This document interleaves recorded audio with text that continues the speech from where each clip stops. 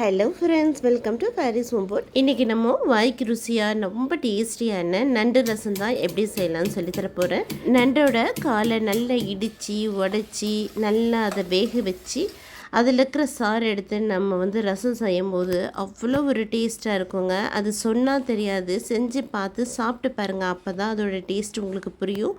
வாங்க இந்த டேஸ்டியான நண்டு ரசம் எப்படி செய்யலான்னு பார்த்துடலாமா? வீடியோக்குள்ளே போய் பார்க்கலாம்.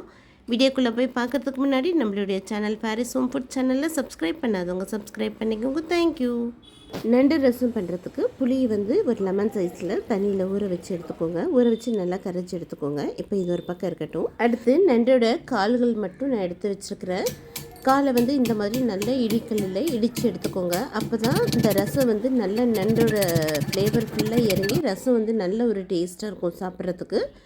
அவ்வளோதாங்க. இந்த மாதிரி இடித்த நண்டை ஒரு பிளேட்டில் தனியாக எடுத்து வச்சுக்கோங்க. இப்போ இது ஒரு பக்கம் இருக்கட்டும். 10லேருந்து 15 சின்ன வெங்காயம் நல்லா குறைண்டு தட்டி எடுத்துக்கோங்க. சின்ன வெங்காயம் நல்ல ஒரு டேஸ்ட்டாக இருக்கும். சின்ன வெங்காயம் இல்லைன்னா பெரிய வெங்காயம் போட்டுக்கோங்க. இந்த மாதிரி குறைன்னு தட்டி எடுத்துக்கோங்க. இப்போ ஒரு மிக்ஸி ஜாரில் 1 டீஸ்பூன் மிளகு, 3/4 டீஸ்பூன் சீரகம், 1/2 டீஸ்பூன் சோம்பு போட்டுட்டு நல்லா குறைண்டு அரைச்சி எடுத்துக்கோங்க. இப்போ இதிலேயே ஒரு 10 பல்லு பூண்டையும் போட்டுக்கலாம். கூடவே 2 பச்சை மிளகாவையும் உடச்சி போட்டுக்கோங்க. பல்ஸ் மோடில் மறுபடியும் இதை பொடி பண்ணிட்டு வந்துடுங்க. ரொம்ப நைஸாக அரைக்க வேண்டாம். அவ்வளோதாங்க. இந்த மாதிரி நல்லா குறைண்டு ஒன்றும் பாதியாக அரைச்சி எடுத்துக்கோங்க. இப்போ நண்டு ரசம் பண்ணுறதுக்கு பாத்திரம் வச்சுக்கோங்க. கொஞ்சம் எண்ணெய் ஊற்றிக்கோங்க. 1/4 டீஸ்பூன் கடுகு போட்டுக்கலாம். கொஞ்சமாக பெருங்காயத்தூள் போட்டுக்கோங்க. வாய்வு ப்ராப்ளம் இல்லாமல் இருக்கும். கடுகு பொரிஞ்சதும் இடித்து வச்சுருக்கிற சின்ன வெங்காயத்தை போட்டுக்கலாம். இந்த மாதிரி ஒன்றும் பாதியாக தட்டி வச்சு போடுங்க. நல்லா கம்ம வாசனையாக இருக்கும். இப்போ வெங்காயம் நல்லா வதங்கினதும் கொஞ்சமாக கருவேப்பிலை இலையும் போட்டுக்கோங்க. பழுத்த தக்காளியாக 2 தக்காளி கட் பண்ணி போட்டுக்கலாம். தக்காளியும் போட்டு நல்லா தக்காளி கொழிஞ்சு சாஃப்டாகிற வரைக்கும் நல்லா வதக்கிக்கோங்க. அடுத்து 1/2 டீஸ்பூன் மஞ்சள் தூள், இடித்து வச்சுருக்கிற நண்டையும் போட்டு நல்லா ஒரு செகண்ட் வதக்கிக்கோங்க. அடுத்து நண்டோட நல்ல சாறு இறங்குற அளவுக்கு 1 கப் அளவுக்கு தாராளமாக தண்ணி ஊற்றி நல்லா வேக வைக்கணும். 1 டீஸ்பூன் அளவுக்கு உப்பு போட்டுட்டு நல்லா மிக்ஸ் பண்ணி விட்டுட்டு நல்லா நண்டை வேக வச்சிடலாம். இப்போ அப்படியே மூடி போட்டு விட்டு ஒரு 10 மினிட்ஸ் விட்டுருங்க. 10 மினிட்ஸ் கழித்து ஓப்பன் பண்ணி பார்க்கலாம். பாருங்கள், நண்டெல்லாம் நல்லா வெந்து நண்டில் இருக்கிற சாறு மொத்தமும் நல்லா இறங்கியிருக்கு. இப்போ நல்லா மிக்ஸ் பண்ணி விட்டுட்டு இப்போ நம்ம கரைச்சி வச்சுருக்கிற புளி தண்ணியை ஊற்றிக்கலாம்.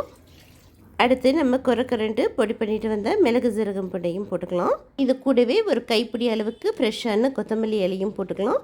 போட்டுட்டு நல்லா மிக்ஸ் பண்ணி விட்டுக்கோங்க. உப்பு காரம் எல்லாம் ஒரு தடவை செக் பண்ணிக்கோங்க. அவ்வளோதாங்க. நல்லா மிக்ஸ் பண்ணி விட்டுட்டு இப்போ மூடி போட்டு விட்டுருங்க. ஒரு 5 மினிட்ஸ் நல்லா நண்டு சாறு கொதிக்கணும்.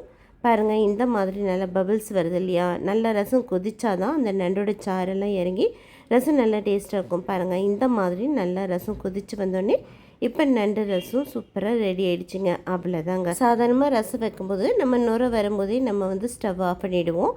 ஆனால் இந்த நண்டு ரசம் நல்லா கொதிக்க வச்சாதான் இந்த நண்டு ரசம் நல்ல ஒரு டேஸ்ட்டாக இருக்குங்க.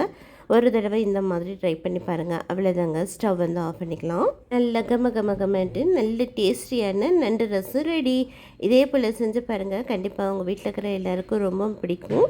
குழந்தைங்களுக்கும் கொடுங்க. குழந்தைங்களுக்கு கொடுக்கும்போது கண்டிப்பாக இந்த ரசத்தை வடிகட்டி கொடுங்க. ஏன்னா இதில் சின்ன சின்ன எலும்புகள்லாம் நண்டுலேருந்து உடஞ்சிருக்கும். குழந்தைங்க தொண்டையில் எதுவும் மாட்டிடக்கூடாது. பெரியவங்களுக்கு கொடுக்குறதா இருந்தாலும் சரி, குழந்தைங்களுக்கு கொடுக்குறதா இருந்தாலும் சரி, உங்கள் விருப்பம் தாங்க. நல்லா வடிகட்டியில் நல்லா வடித்து எடுத்துக்கோங்க. இது ஒரு சூப்பாகவும் நம்ம இந்த ரசத்தையும் குடிக்கலாம். அவ்வளோதாங்க. எல்லாத்தையும் நல்லா வடித்து எடுத்துகிட்டு இது கூடவே கொஞ்சமாக கொத்தமல்லி இலையும் தூவிட்டு கொஞ்சமாக மிளகுத்தூளியும் தூவிட்டு குடிச்சிக்கலாம். ரொம்ப நல்ல ஒரு டேஸ்ட்டாக இருக்கும். கண்டிப்பாக இதே மாதிரி ட்ரை பண்ணி பாருங்கள். உங்கள் எல்லாருக்கும் ரொம்ப பிடிக்கும். செஞ்சு பார்த்துட்டு எப்படி இருக்குன்னு கமெண்ட் பண்ணுங்கள். இந்த வீடியோ பிடிச்சிருந்ததுன்னா மறக்காமல் லைக் பண்ணுங்கள், ஷேர் பண்ணுங்கள், சப்ஸ்கிரைப் பண்ணுங்கள். தேங்க்யூ ஃபார் வாட்சிங். பாய்.